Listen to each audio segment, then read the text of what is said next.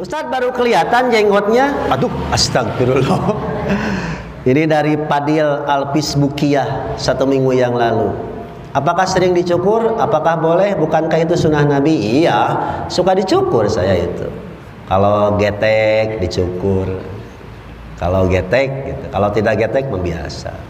Apakah sunnah Nabi? Iya, sunnah Nabi. Dalam pengertian untuk membedakan orang muslim, orang kafir. Kalau sekarang sudah jadi pembeda belum? Saya muslim hanya gara-gara jenggot. Sudah jadi pembeda belum? Belum. Orang Yahudi itu janggutnya panjang-panjang tanpa mengurangi rasa hormat saya kepada mereka yang berijtihad memelihara jenggot itu adalah sunnah. Nukieu wae ditanyakeun. Karunya tuh nulesang. Mana nulesang teh? Jika suku Korsi. Kemudian syubhat yang kedua, sebagian mereka mengatakan bahwasanya sekarang sudah berubah. Rasulullah SAW ketika menyuruh memanjangkan jenggot adalah untuk menyelisih orang-orang musyrikin. Khaliful majus, Rasulullah SAW mengatakan selisih orang majus. Khaliful musyrikin, selisih orang musyrikin. Khalifu ahlul kitab, kata Rasulullah SAW selisih ahlul kitab. Kata mereka, illah ini sebab disunnahkannya jenggot sudah hilang. Sudah hilang karena sekarang orang-orang musyrikin juga berjenggot. Kata mereka demikian. Jawabannya mudah. Jawaban pertama, pernyataan kalian bahwasanya orang musyrikin sekarang sudah berjenggot tidak benar. Orang-orang penyembah matahari sampai sekarang tidak berjenggot. Orang-orang Nasara juga sampai sekarang tidak berjenggot. Yahudi kebanyakan juga tidak berjenggot. Yang berjenggot cuma militan sebagian. Itu pun mereka kuncir jenggot mereka, tidak sama dengan jenggot kaum muslimin. Dan di zaman Nabi SAW juga, Abu Jahal juga, Abu Lahab juga berjenggot. Ya. Tetapi ada sebagian kaum musyrikin yang tidak berjenggot, orang Majusi. Tadi kita sebutkan, orang Yahudi berjenggot tapi mereka cukur. Kata Nabi, selisih mereka, jangan cukur, panjangin. Ya. Jadi pernyataan bahwa sekarang kondisi sudah berubah, orang-orang musyrikin sudah berjenggot, omong kosong, enggak benar. Enggak benar. Sampai sekarang jenggot masih jadi bahan hinaan bagi orang Islam. Ya, bagi orang Islam, ya.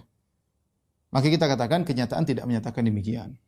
Ternyata masih banyak jenggot masih menjadi ciri khusus orang Islam, masih jadi ciri khusus orang Islam. Bahkan Yahudi yang berjenggot pun jenggotnya dikuncir atau dipelintir, ya. Kemudian bantahan kedua, ya, bahwasanya sebab disyariatkannya jenggot ada beberapa, bukan cuma satu sebab. Sebab pertama untuk menyelisih orang musyrikin, yang kedua jenggot itu adalah fitrah. Kata Rasulullah SAW, asyrun minal fitrah, 10 fitrah di antaranya tadi fa'ul lihah, memanjangkan jenggot. Jadi fitrah, dan fitrah ini dikatakan fitrah tidak akan pernah berubah. Tidak akan pernah berubah dan dia berlaku pada seluruh syariat. Ya, berlaku pada seluruh syariat para nabi. Ya. Makanya Nabi Harun berjenggot sebenarnya dalam Al-Qur'an. Ya bna umma la ta'khudh bi lihyati wala bi ra'si. Ketika Nabi Musa marah, kemudian Nabi Musa pegang jenggot Nabi Harun, dia tarik, ya jurruhu ilaih. Dia tarik kepala kakaknya Nabi Harun. Nabi Harun mengatakan, ya bna umma la ta'khudh bi lihyati. Jangan kau pegang jenggotku, jangan kau pegang kepalaku, wala bi ra'si. Itu Nabi Musa pegang jenggot dan kepala Nabi Harun ditarik. Jadi Nabi Harun berjenggot. Ini fitrah. Jadi fitrah, meskipun kita katakan seluruh manusia, orang musyrikin semua sekarang berjenggot ikut sunnah, ya sudah alhamdulillah. Apa kemudian kalau mereka semua sudah pakai jenggot, kita buang jenggot kita? Enggak, ini fitrah. Ya Nabi yang bilang fitrah. Mau diapain lagi?